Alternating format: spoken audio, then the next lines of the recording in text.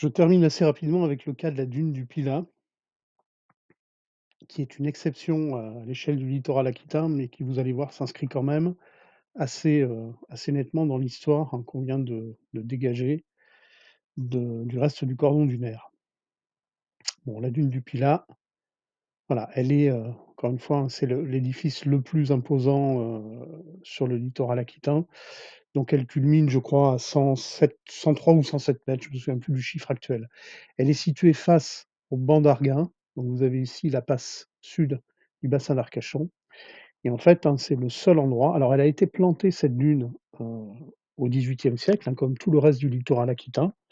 À l'époque d'ailleurs, elle s'appelait la dune de la Grave et puis sur ce secteur-là, en fait, on a décidé à un moment donné de laisser le sable repasser par-dessus la forêt et donc s'est formée cette dune du Pilat, telle que vous la voyez actuellement. Le sens du vent dominant, hein, vent d'ouest, donc vous voyez tout à fait la face en pente douce sur laquelle les grains de sable, hein, vont monter poussés par le vent et puis ensuite ils tombent à l'avant, ici sur la face d'avalanche. C'est particulièrement net. Je vais vous présenter donc une autre image vue du sud. Voilà, vous voyez très exactement la même chose, donc la face en pente douce. Alors là, vous voyez qu'en fait, il y a tout un tas d'espèces de petites dunes qui escaladent le flanc de la grande dune et puis quand on arrive ici au sommet, avalanche et là vous avez un flanc qui est beaucoup plus lisse. Ce que vous voyez sur cette image, hein, c'est qu'en fait la dune du Pilat, hein, c'est pas une dune unique, c'est un espèce d'édifice, hein, qui superpose, hein, plusieurs épisodes dunaires et exactement comme on l'a vu sur les côtes du Médoc, bah, ces épisodes dunaires sont séparés par des phases d'installation de la forêt qui vont apparaître sous forme de sol fossile, de paléosol et vous en devinez un ici et puis il y en a un certain nombre d'autres. En fait, pour les voir assez clairement, ces paléosols, il faut se positionner sur le banc d'Arguin ou alors depuis la pointe du Cap Ferret. Et donc l'image que vous allez voir, en fait, c'est une image que j'ai prise donc moi, en décembre dernier, depuis la pointe du Cap Ferret et qui est, exceptionnellement bonne. Je m'attendais pas à avoir, ce niveau de détail. Voilà, donc là, en fait, on voit absolument tout ce qu'il y a à voir. Alors, effectivement, là, vous voyez ces paléosols et ces paléosols, effectivement, quand on les voit de près, bah, c'est des niveaux qui sont beaucoup plus noirs, dans lesquels il y a de la matière organique et dans certains, il y a même carrément des troncs, des morceaux de troncs qui sont toujours en place. Donc on voit bien qu'effectivement, c'est, d'anciennes forêts fossiles. Alors ces paléosols, on les numérote depuis le bas vers le haut, donc on va partir de tout à fait en bas. Le plus ancien ou le plus profond ou le plus bas que vous voyez ici, là, c'est en fait aussi le plus épais. Alors en fait, lui, il est parfois visible ou alors parfois complètement ennoyé sous la plage. Donc nous, on va, arriver depuis ici, je ne sais pas si on le verra. Bon, celui-là, donc c'est ce qu'on appelle le paléosol 1. Quelques mètres au-dessus, alors il y a un deuxième paléosol, alors ce qu'on appelle le paléosol 2 et vous voyez très clairement d'ici qu'en fait il est double et même parfois triple. Voilà, donc ce qu'on appelle le paléosol 2 en fait, il y aurait là-dedans le paléosol 2A, 2B et peut-être 2C. Un petit peu plus haut, alors on ne le voit pas à cette échelle-là, on a quelque chose qui est complètement différent. C'est pas un sol, c'est un niveau qui est visible parfois, qui est un niveau blanchâtre qui apparaît dans la dune. Et en fait, ce niveau blanchâtre, ce sont des diatomées. C'est très exactement la même chose que ce que vous avez vu à la carrière de Foufouillou quand on était dans le Cantal, ou que certains ont vu, hein, à la carrière de je me souviens jamais son nom, donc qui est située près de Privas.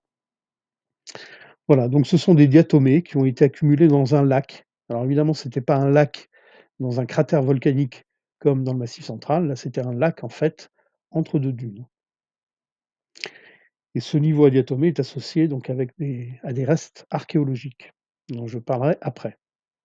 Alors ensuite, on a, et celui-là on le voit très très clairement, un troisième paléosol, le paléosol 3. Et alors autant le paléosol 1 et le paléosol 2 correspondent à des surfaces planes, autant là on voit très clairement que ce paléosol, c'est une forêt qui s'est installée sur des dunes, bien formées. Ce paléosol 3, on y a trouvé, alors je ne vais pas parler de restes archéologiques, hein, on y a trouvé des monnaies qui datent, si mon souvenir est bon, du XIIIe siècle. On a un nouveau niveau de sable et puis on a un dernier paléosol que vous voyez ici, qui est le paléosol 4. Alors c'est peut-être pas évident, mais lui aussi forme plus ou moins des ondulations, donc c'est une dune. Alors celui-là, c'est pas du tout mystérieux. En fait, ça, c'est le niveau qui a été planté, artificiellement, donc au XVIIIe siècle. Donc en fait, c'est l'ancienne dune de la Grave, par-dessus laquelle on a laissé, repasser tout ce niveau de sable. En fait, dans ce paléosol, on trouve en abondance, bah, des traces, en fait, de ce qu'était la forêt usagère plantée, au début du XVIIIe siècle. Voilà, donc ça, c'est des pots de gémage, hein, d'épins, et en fait, on a énormément de débris de ces pots de gémage partout dans ce paléosol. Donc il n'y a aucun mystère sur son origine et sa date. Voilà, donc ça, c'est la vue depuis, le banc, d'Arguin, enfin non, pardon, depuis le cap Ferret. Voilà maintenant ce que ça donne, alors en coupe. Alors je vous présente ce schéma-là que vous allez, trouver assez facilement un peu partout sur internet, qui en fait est une version, alors très améliorée d'un point de vue graphique, mais un peu dégradée du point de vue des informations, de ma très vieille figure, moi de la fin des années 90 ou du début des années 2000. Voilà, que j'ai réussi à exhumer d'un vieux diaporama de cours que j'utilise plus depuis une quinzaine d'années. Voilà. Alors ça donc c'est une coupe de la dune du Pilat. Vous avez donc, l'océan à gauche, vous avez la forêt à droite.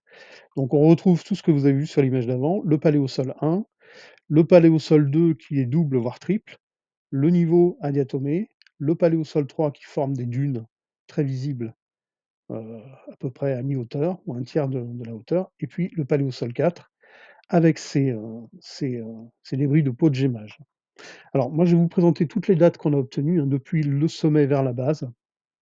En partant du Paléosol 4, là, il y a absolument aucun mystère, hein, les dates carbone 14 nous donnent 1800 après Jésus-Christ, donc effectivement, c'est bien la date de la plantation, donc de la dune de la Grave, et qui, bah, effectivement, était dans la continuité des dunes qu'on observe toujours, à l'est de la dune du Pilat, et ça, c'est tout le paquet de sable, hein, qu'on a laissé repasser par-dessus depuis.